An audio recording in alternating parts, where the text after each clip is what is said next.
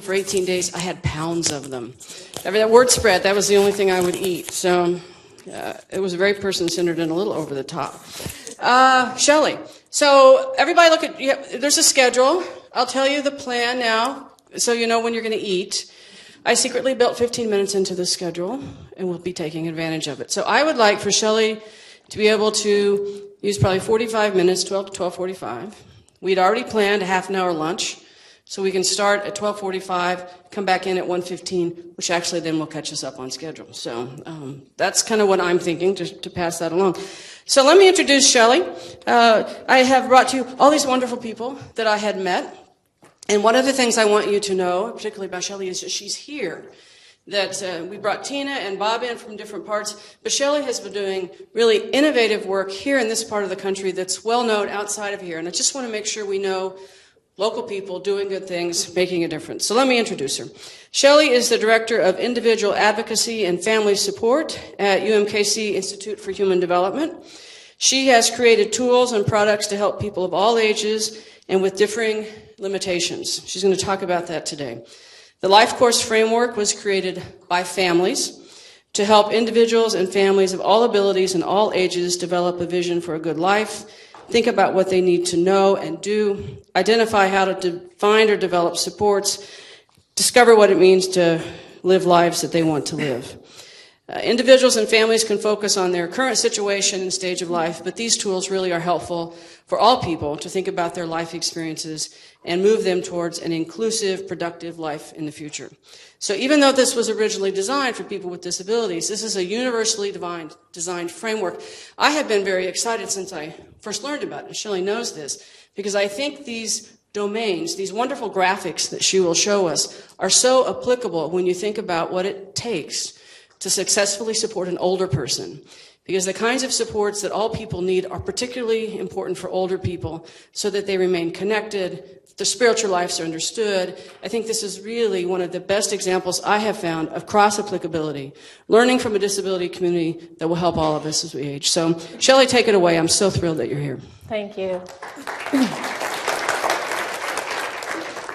So I have the honor of going right before lunch, so I understand that's a problem. So I just wanted to share a little bit about myself in addition to what Kathy said. But I've grown up as a sibling with a brother with a developmental disabilities. And I think that's really important to share because what I'm going to share with you today is more of a framework to guide your thinking that have tools to assist you to do that. And the thinking really came from not only trying to understand policies and systems, but also life. And oftentimes from a family perspective or a person with a disability perspective, you know, we, like that was mentioned earlier, it's what can be done for us or on us as opposed to what is it that you bring to the table and a part of that conversation. So although we have the entire family unit that I'm going to talk about, a lot of the experiences about this framework really learning from my brother with a disability, but also learning from how my brothers and my mom and dad and then our spouses have really learned to be a part of this whole life experience of living with a disability and really having a good life. I wanted to share for a second of where this came from. And this started because in the developmental disability field, we've become so person-centered in terms of our language and in terms of trying to implement services that are person-centered. And we've left the family out of the conversation. And so about 6 years ago, the Administration for Community Living said, we have to figure out how we can bring in the family component into the conversation of person-centered supports. And when I think about why the developmental disability system, the long-term system of supporting people with developmental disabilities, really focuses on person-centered, it's because we didn't start that way. We started very institutional-centered. We started very diagnosis-specific. And so we didn't even talk about these people as people. We talked about them as diagnoses that we could put here or treat here.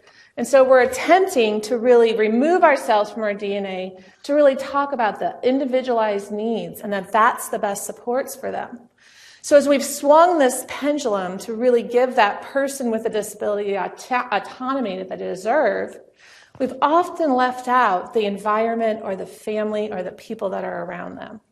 So this initiative was really developed to drive policy and to drive systems change. And we partnered with an organization called the National Association for State Directors for Developmental Disability Services, along with the University of Missouri, Kansas City, who represented the self-advocates, the persons with the disabilities, and the family side, to make sure that as we attempted to look at policies both nationally and within states, that we were balancing all of those things, the infrastructure of our government and our policies and our funding sources, with really what the person needs, as well as ensuring the family is a part of that conversation. So to kind of set the stage for you, we know all these things are happening. You know, Bob talked about boundaries. Tina talked about different factors in different people's lives. So all of these things are happening in the lives of people with disabilities or people who are aging. So these aren't things we necessarily can control, but they're happening out there. There's financial issues. There's support service issues. There's different changes to federal government. There's also different expectations about society and values and beliefs about people with disabilities, or even people who are aging. And now even talking about different people of different cultures and different things. So we have all these things kind of crushing together as we start thinking about systems change and policy change. But I always like to come back to the slide when we start thinking about policies. And it doesn't matter whether it's healthcare policy, education policy, housing policy. I'm a visual thinker, and so I think in terms of these visuals. People are familiar with the social ecological model, but if you think about it, we're all individuals. We exist among a community. We exist among our family and friends. We take that for granted. You often take that for granted if you aren't a person with a disability or you aren't interfacing with the different institutions of health and education. But if you are a person that has some form of limitations, oftentimes your life becomes the one in the middle. It becomes the one in the middle where you're a person and you've got all of these structures around you that really inhibit you from having the relationships with the people in your lives or in the community in your lives that maybe you had before. This is especially obvious if you have a developmental disability. If you start thinking about the way we build our special education systems. We took those children and we removed them from the other children. We took them out of their communities. Now we've placed them in the buildings, but are they fully included? Are we helping them develop peer relationships? Or are special ed services themselves actually becoming the barrier to exactly what we're trying to accomplish by having them as a part of our community?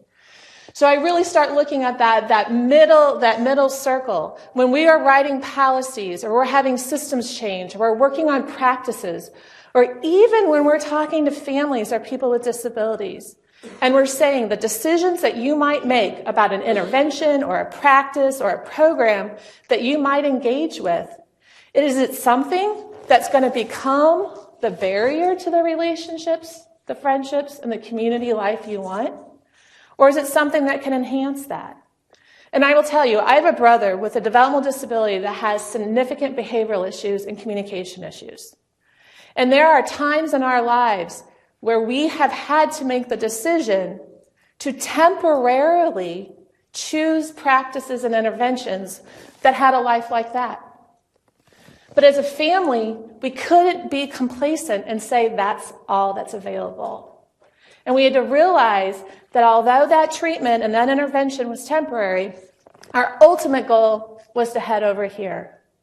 We had to figure out how to take Eric, our family, his relationships, and help support him in the community. And how to take the long-term services, the healthcare services, the educational services, and make sure those didn't become the barrier to exactly what we wanted to accomplish. And so we needed to figure out a way to which later I'm going to describe as the integrated support star. How are we providing services that support people with where they want to be, when they want to be, and during the life stage that they're currently in? So our ultimate vision of this is this graphic on the right-hand side. The next generation growing up, they need graphics to understand many of the things that you're talking about. So some people say, oh, these are good for that next generation. But I will also tell you, some of these graphics really help people of all ages really concretely start seeing things. So working at UMKC, part of my thing is how do we help better educate people? I'm really, really driven to how do we help families have the tools that they need. Sometimes it's words, sometimes it's written, sometimes it's visuals.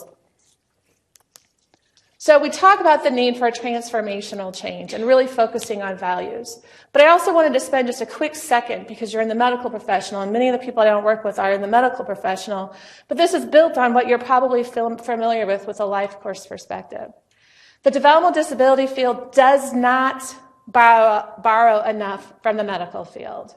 We have tried so hard to create our social model of disability that we really are learning how to better interact with your theories, your frameworks, and your thinking.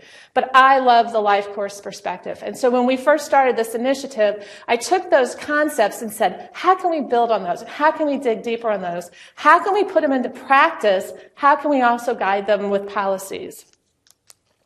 So at the core of the principles that we always talk about is that all people and their families have the right to live, love, work, and play. The most important thing that we did when we started thinking about this framework is it has to be language that every single person in the room understands. We talk about words that not everybody understands. And so if we want to figure out a way to talk to a legislator and talk to a person with an intellectual disability, then we need to use words that cross all of those populations. The other thing that we started to realize is that we have a tendency to segment people, whether they're aging, whether they have a physical disability, whether they have a developmental disability. And we really wanted, if we were going to change policies and practices for people with developmental disabilities, we recognized that we had to start talking about the concept of all people. And we needed to realize that we aren't setting a different bar because you have a label of developmental disabilities. And if you start going through all the developmental disabilities history, we do that. We create documents that say, this is the quality of life for a person with a developmental disability.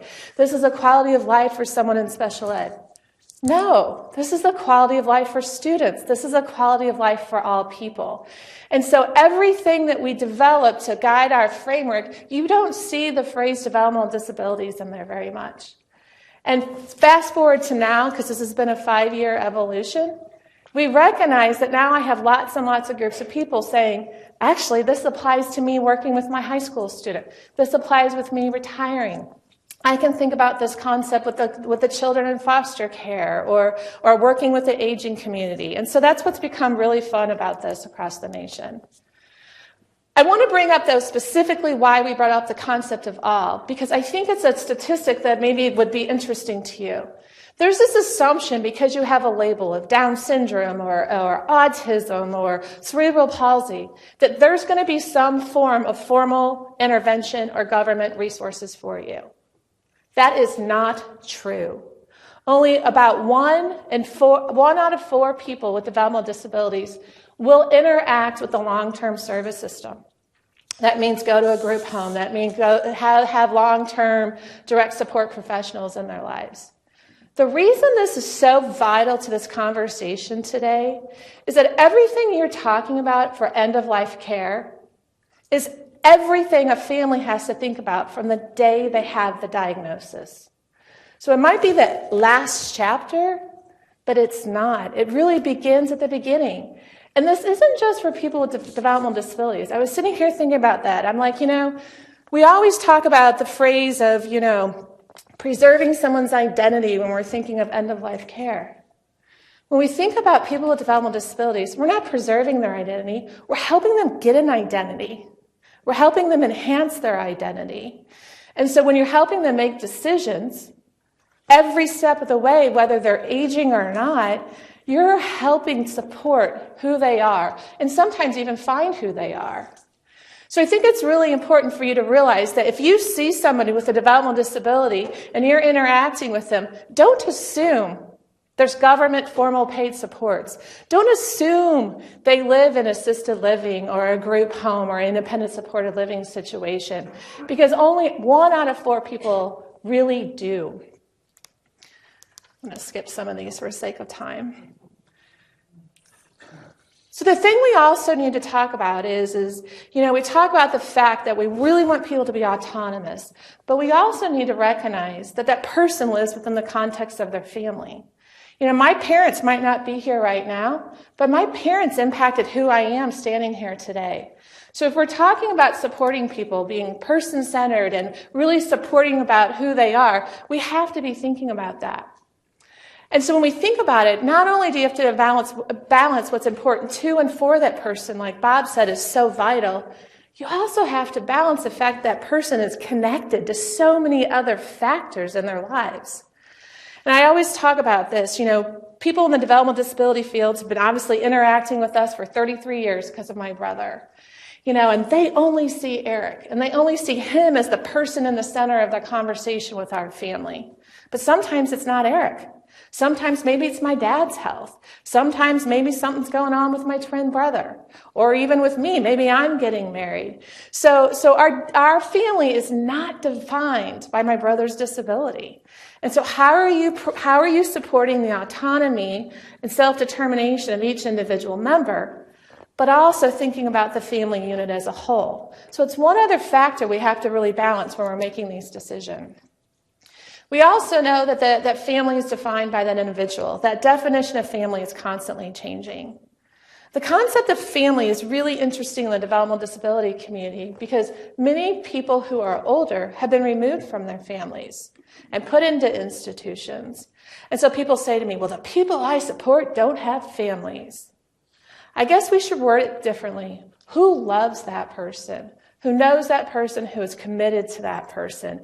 And maybe sometimes the word family carries a lot of weight to it. So we really need to be thinking about that.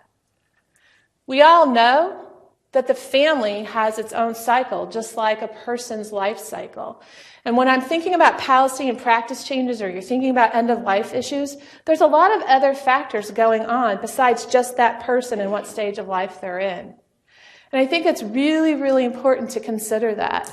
So if I go into the home and I'm talking to a family and the parents are 40 years old and they have a 12-year-old with autism, and I'm talking to them about how to support their child with autism, I need to pay attention to the fact that maybe they're also caring for mom. Maybe they also have a newborn baby at home. Where are they at in their life cycle? This is especially important as we do start talking about the end of life, especially when we think about people with developmental disabilities. We know many people are aging at home with their parents who aren't known to our service system. So when we're going in and having those conversations, and moms and dads are 90, 92, 93 years old, they could be caring for a loved one with a developmental disability who's 45, 50, who's not known to anybody else. So for them, end-of-life care planning entails what's going to happen to their child, and they often forget about themselves. I remember about probably 30 years ago, my dad started talking to me about what's going to happen if something happens to them with my brother. Because I was convinced then that, Eric would just move to Kansas City and all these things, not thinking about the fact that I might get married and have my own kids and do all of these things. And he said, from the day that we recognized that Eric was going to have support needs, I had to start thinking about what's going to happen when I'm gone. So for him, end-of-life care planning started that day. It started thinking about what financially is going to happen with Eric. How can Eric be supported, and how can it also not impact the other siblings and completely change their lives in different ways? So these are many things that people think about, and this is not a disability thing. And I think that's the thing. It's not just because we age or we have a developmental disability. This starts opening up the questions that these are things everyone should think about. The other thing that I think is really important is people forget that people with developmental disabilities have their own family life cycles. People with disabilities and developmental disabilities, they want their own families defined by themselves. So it's not always their biological families. It's who they define as their family. It's who they might want to have children with. And we can't forget about that when we're thinking about those factors as well.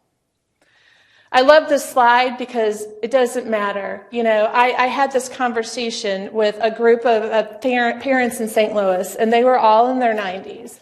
And they said, what's going to happen when we're gone? We all have adult children with developmental disabilities, and we don't know what's going to happen when we're gone.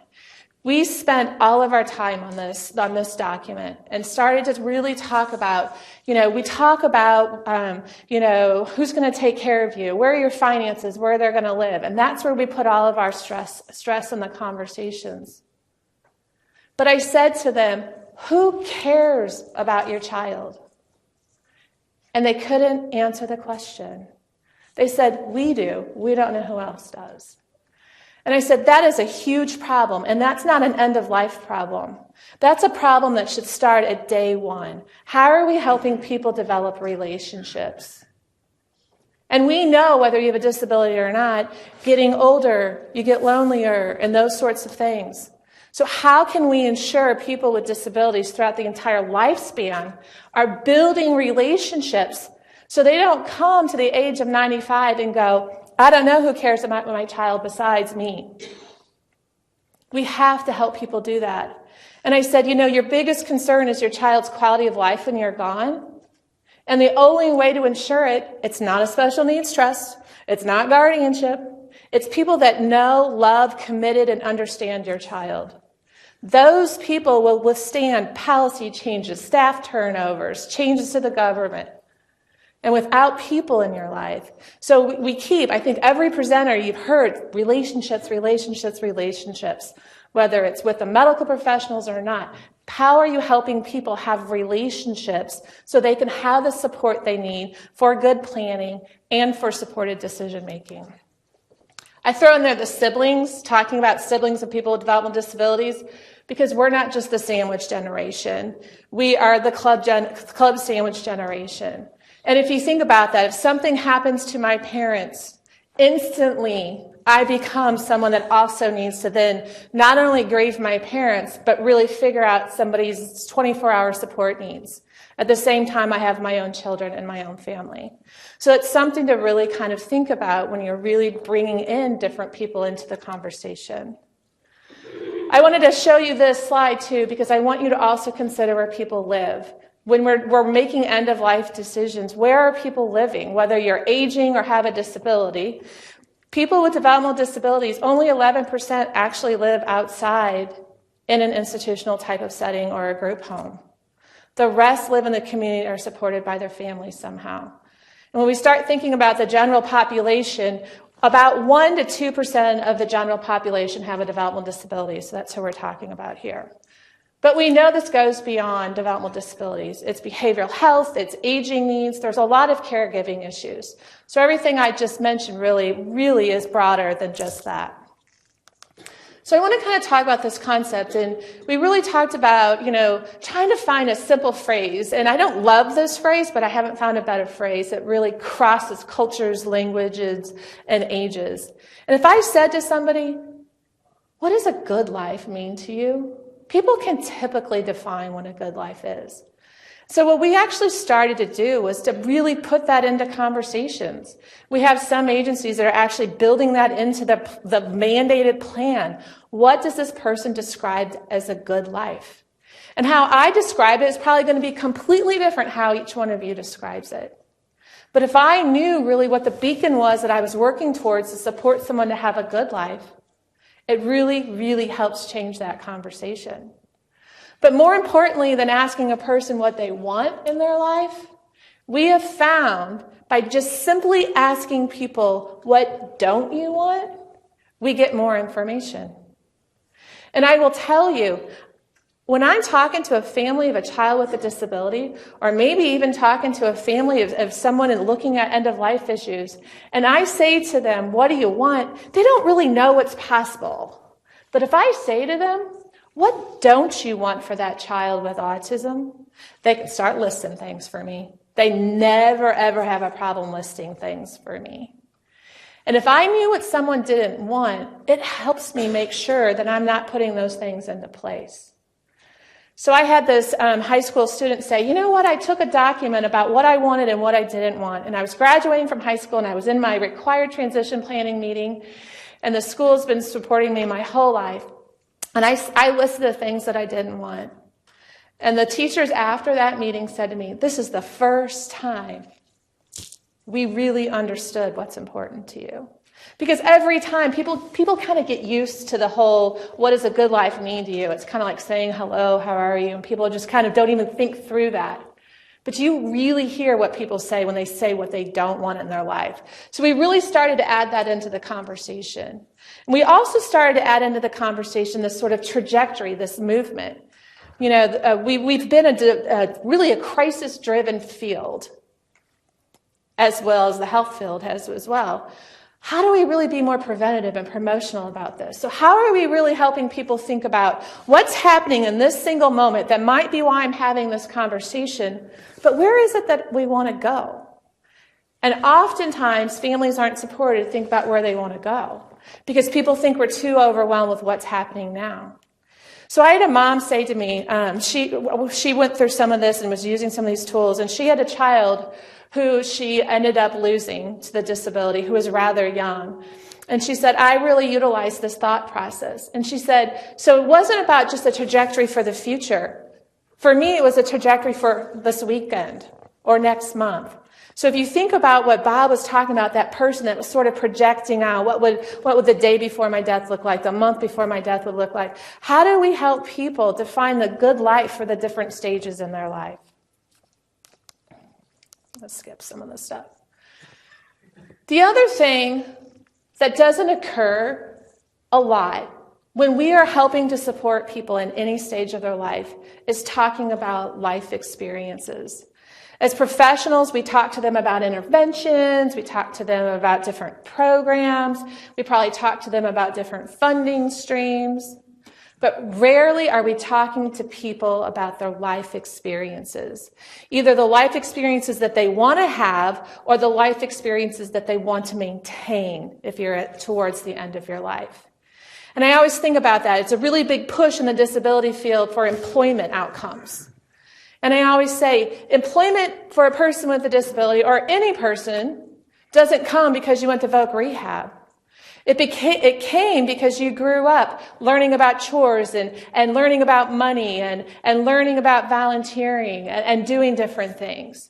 So how are we helping people think about life experiences? And if you start looking at any of our forms and our documents that are supposed to describe who we are or how we're supporting either this patient or this person, we rarely talk about how are we supporting those life experiences. So it's really, really important to put those into those conversations. Especially if you're supporting a family of a child with a disability who may even be aging themselves. Are you providing the information about life experiences? And I will tell you, that's where many medical professionals turn to me and they're like, but I don't know what to say to them. And I said, well, if you're talking to a 21-year-old with a developmental disabilities, what do you say to any 21-year-old? We always think there's a different book and different life experiences just because you have a label or a diagnosis. So really helping people understand the importance of life experiences. So this is Shaylee. This is how she's been described to many people using her medical diagnosis, not very strengths-based, not very person-centered. This is how her parents describe Shaylee. Shaylee, these are things that she wants. She wants to live independently. These are the things that she doesn't want. But they also think it's really important for people to understand, to communicate with Shaylee, that you have to know that most of the pediatricians they talked to said, take her home, she's just going to die. And they refused to listen to that. The school said there's no way this girl could ever be educated. They didn't listen to that. They took her home. They got her involved in the community, in 4-H. They homeschooled her. And so they constantly believed and had high expectations for her. And they continue to do that today. You can see a really quick down and dirty story about Shaylee just by looking at this document. So if you were providing an intervention to her, if you were supporting her at end of life or those sorts of things, you would know really quickly where she's been and where she wants to go. The other thing that the framework started to do was the developmental disability community focuses so much on health and safety. It drives every single conversation. And we heard this morning from Tina and Bob exactly why. That these institutions are risk aversive. We've focused on health and safety for so long. And what we were attempting to do is, whether we're writing policies or practices, we have to say it's the whole person. It's everything about that person. We need to balance where they work, where they live, what they do during the day, with the relationships, the things that are important to them, their citizenship or involvement in the community. It's not just about health and safety. So we utilize these icons just as sort of a reminder. So whether we're developing a tool or we're thinking about educational resources, it's sort of become our Dewey Decimal System that says, are you addressing all of these needs? Or do you continue to only focus on the one need? Because we know if you're not healthy, you can't go to work. If you don't go to work, then you can't afford your house. If you're looking for transportation and all of these sorts of things, they're so interconnected. And as we start looking at even new Medicaid policy, I mean, it's incredible to start hearing Medicaid start talking about, well, how is housing and transportation tied to our health and well-being? And that's very, very exciting.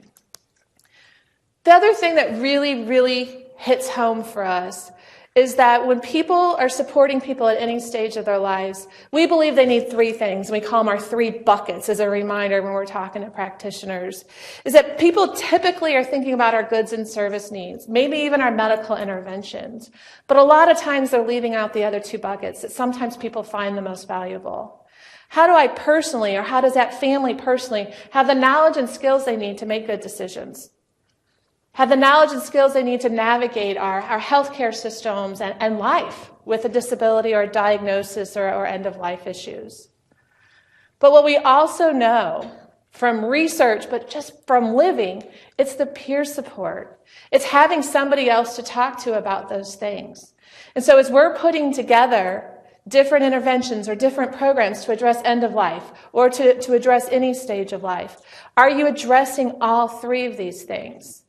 When we start looking the way the government is financed, the government finances the goods and service sides and completely leaves out the information and the peer support side.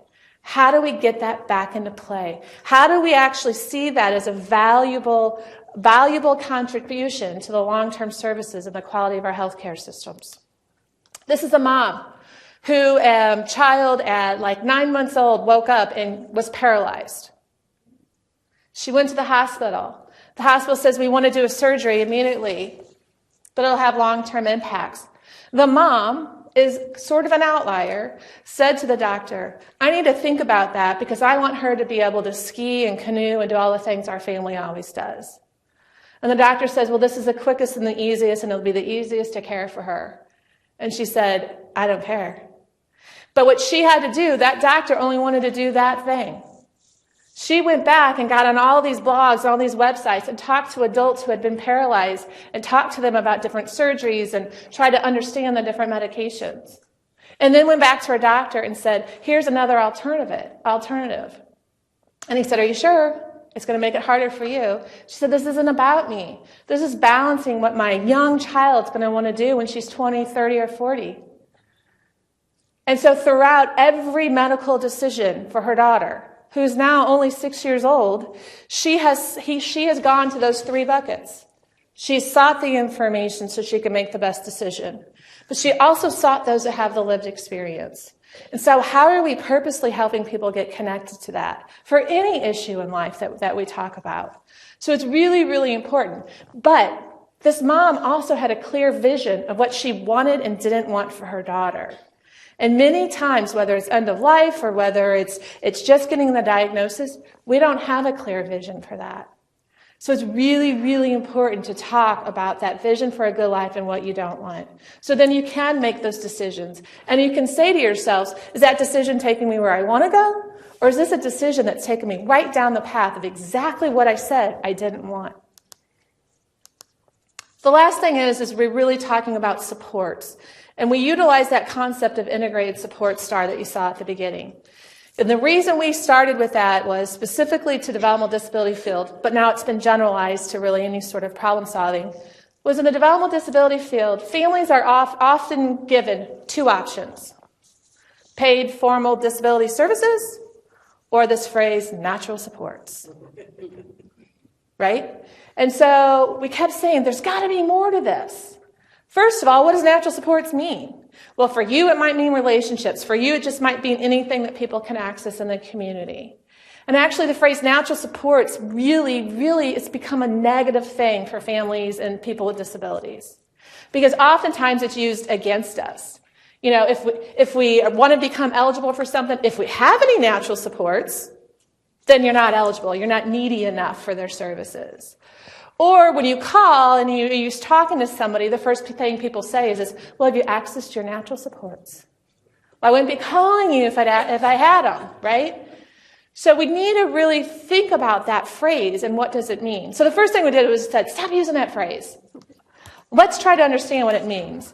And so we really started to think about, well, when we define that, it means the people in our lives, and it means the community resources we can access, that any citizen can access in the community. But then we also started to recognize there's what we call eligibility-based supports. Maybe it's something you can access because of your diagnosis. Maybe it's something you can access because of your socioeconomic status. But things people access that you have to be eligible for. What we also started to realize is technology is never mentioned. It is never mentioned when we're talking about strategies for supporting people at any stage of their life. How can we elevate technology? You all probably have phones sitting right there. And maybe you're even checking your air conditioning unit at your house right now, or figuring out what you want for dinner. How can we make technology a part of our way that we support people and elevate that? But what we started to really recognize too is that the person themselves is a part of the solution, or can be. So how are we building on their strengths and their capacities and their personal resources? We always want to fix things for people instead of including them as the solution to whatever it is that they're trying to solve. So we talk about the 5 points of the star, and we kind of go around the country and we kind of put our hands up and we train on that. And we say, stop starting with only paid services.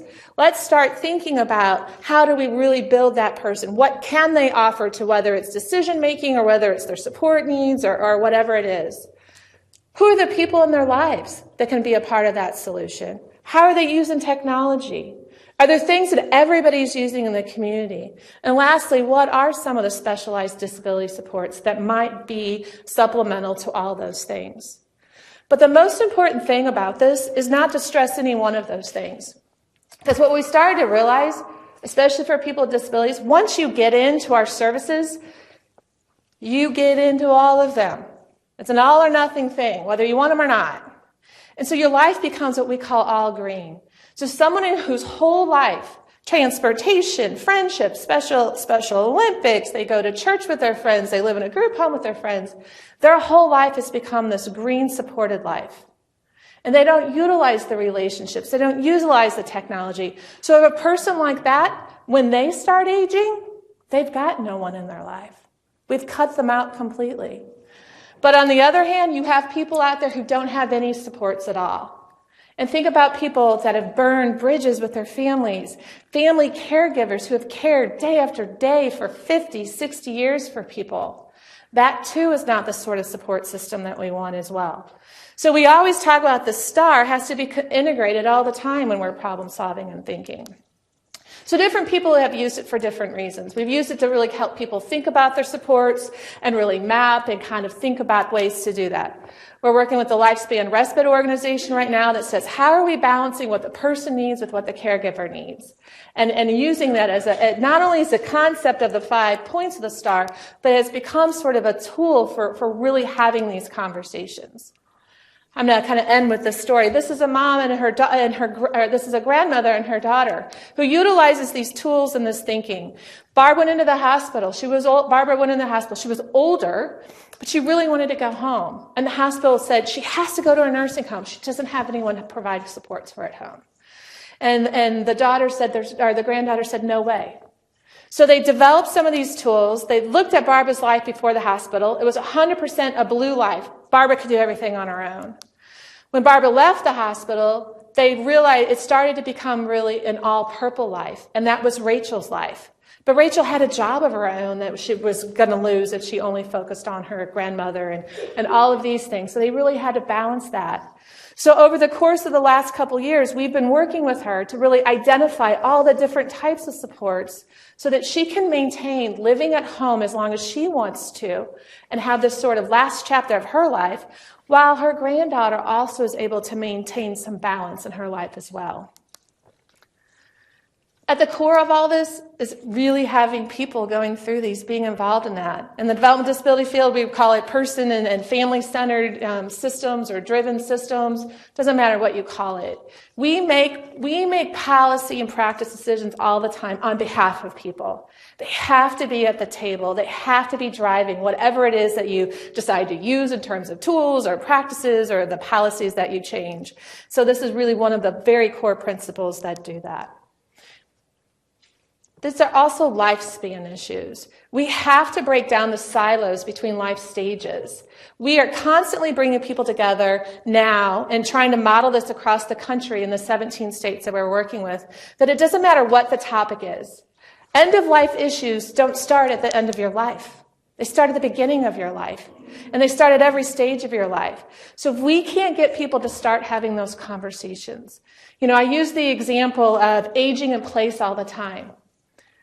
Professionals that are focused on aging in place, you better start that conversation when people are in their 20s and they're buying and thinking about where they want to live, and in their 30s and 40s when they're buying houses and doing those sorts of things. We have to break the life stage silos. Just because the government sets up our funding that way doesn't mean we can't talk to one another. And so really, how can we do that? We also have to break the silos of education or this culture over here or this diagnosis over here. And how are we collectively working together on these issues? So that's what's really exciting about today's event. So this is just a real quick visual to really summarize my really quick framework presentation. You've got to focus on that person's autonomy, that person's wants and needs. And Bob provided really great tools of person-centered thinking to be able to do that. You also have to really be thinking about that person within the context of their family as they define their family. And what are ways that you can engage in conversation so you know what's important for the family, what's important to the person, and how are you balancing that complex relationship. You have to be thinking across all of the quality of life domains that we talked about, not only for the person, but for those different family members. You can't forget the 3 buckets of support. How are you making sure they have the information and skills they need? How are you connecting them to people with the lived experiences that can provide a different opinion than you can provide? And also ensuring they're getting the goods and services that they need. And how are you doing that in a way that's really integrated, that doesn't just become one part and one solution of the star, that's really, really helping that person integrate their supports? We need to do this for the quality of our services, but we also need to do this not for the way when we start looking at systems and policies and how are we going to ensure all citizens of the U.S. have a really good life. We've got to do this across the trajectory, thinking about the current situation and thinking about the future, and we need to do this across the lifespan. So the community of practice in 17 states that I mentioned earlier is utilizing that framework to bring many types of stakeholders together to begin these conversations. So it's incredible to be able to share that with a different community today, and hopefully this is something you can think about in terms of your own practice, but in terms as we start looking and really thinking about the policies that you guys will be driving as we move towards end-of-life person-centered supports. Here's our website, supportstofamilies.org. It's also, there are hundreds of tools on lifecoursetools.org. I think I just said it right. If you're interested in actually seeing some of the actual concrete tools that people are utilizing across the country. So I think it's time for lunch. So.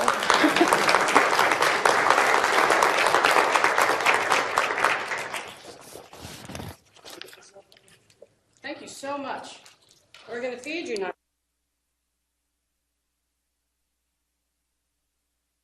So catch Shelley at lunch. I think we'll let you break. John, do we have directions for them? Right outside the door, box lunches. No.